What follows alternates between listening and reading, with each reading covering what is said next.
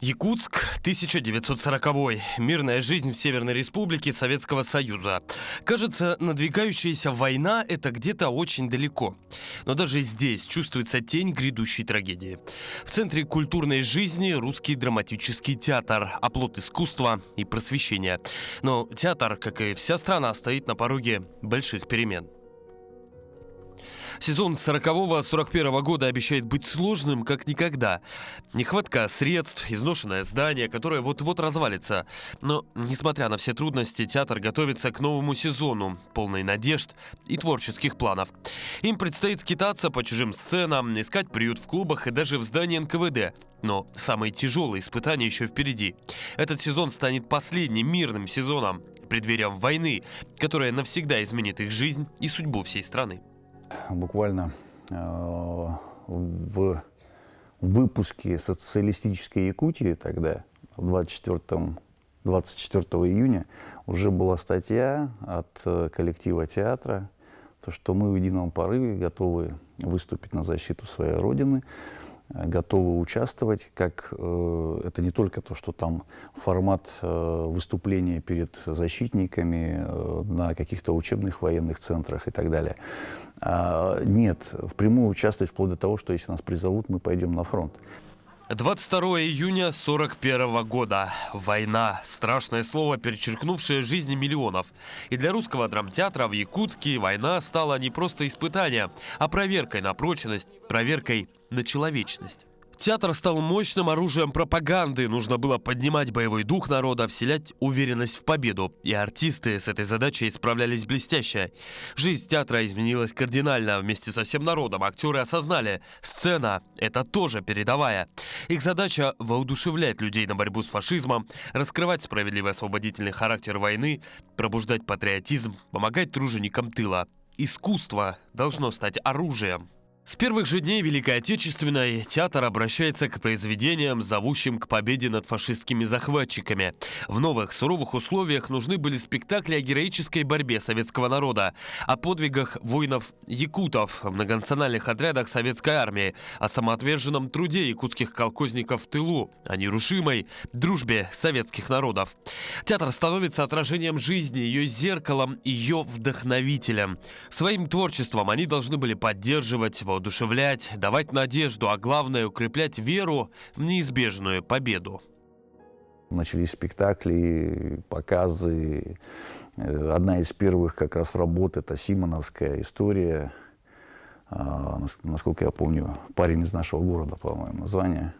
Вот. Опять же, скажем так, что это может быть даже перекличка какая-то с сегодняшними днями. Изначально материала хорошего не было. Параллельно с созданием спектаклей театр активно развивал работу агитбригад, призванных обслуживать военно-учебные пункты. Небольшие, но невероятно мобильные, эти бригады в короткий срок успевали побывать в разных уголках Якутска и даже в отдаленных районах республики.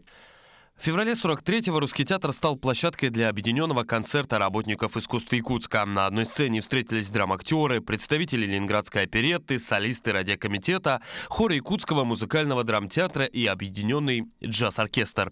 Концерт прошел с оглушительным успехом. Собранные 5000 рублей были переданы на подарки авиаполку и лучшим женщинам-врачам Западного фронта. И это был еще один вклад в общую победу.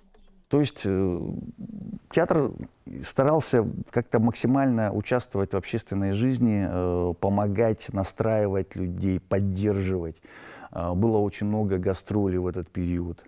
Зарабатывали, реально зарабатывали, помогали, отправляли деньги. И именно и тематика спектаклей, постановок была таким образом продумана, просмотрена, чтобы именно как-то, скажем так, усилить вот этот стержень советских людей, что в принципе и получилось, что и было.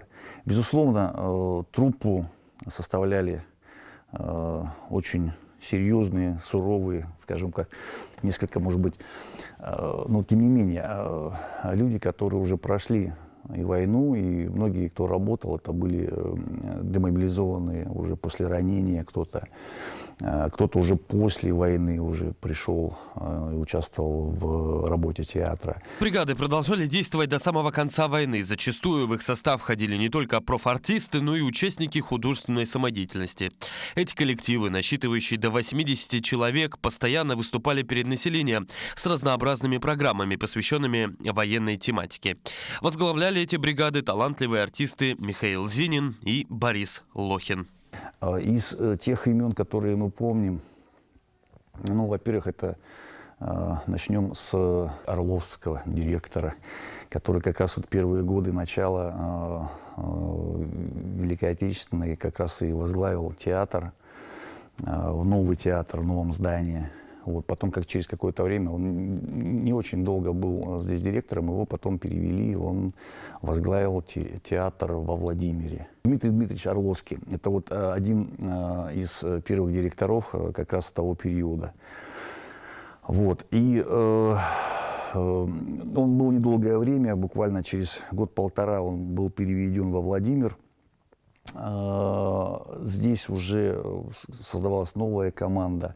Приехали ученики Мейерхольда, Бутурлин, потом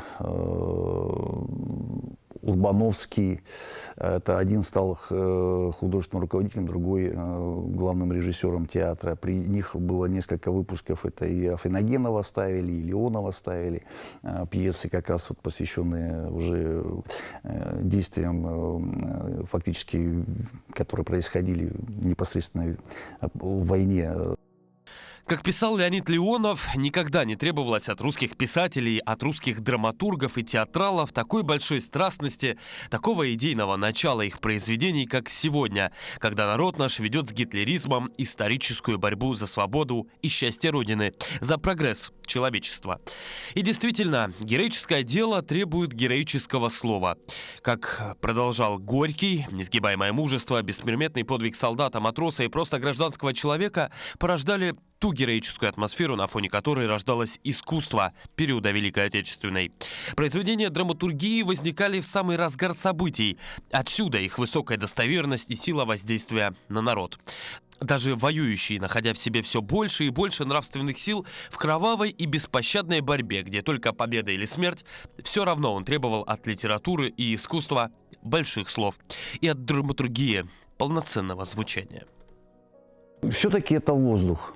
Это воздух, это кислород, это то, без чего человек не может жить.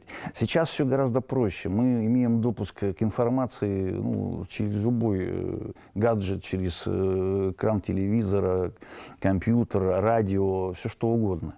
Тогда все-таки все это было скромнее, меньше. Это сейчас у нас там несколько этих цифровых каналов, на которых мы что-то не понравилось, там переключил, там нашел для себя и так далее.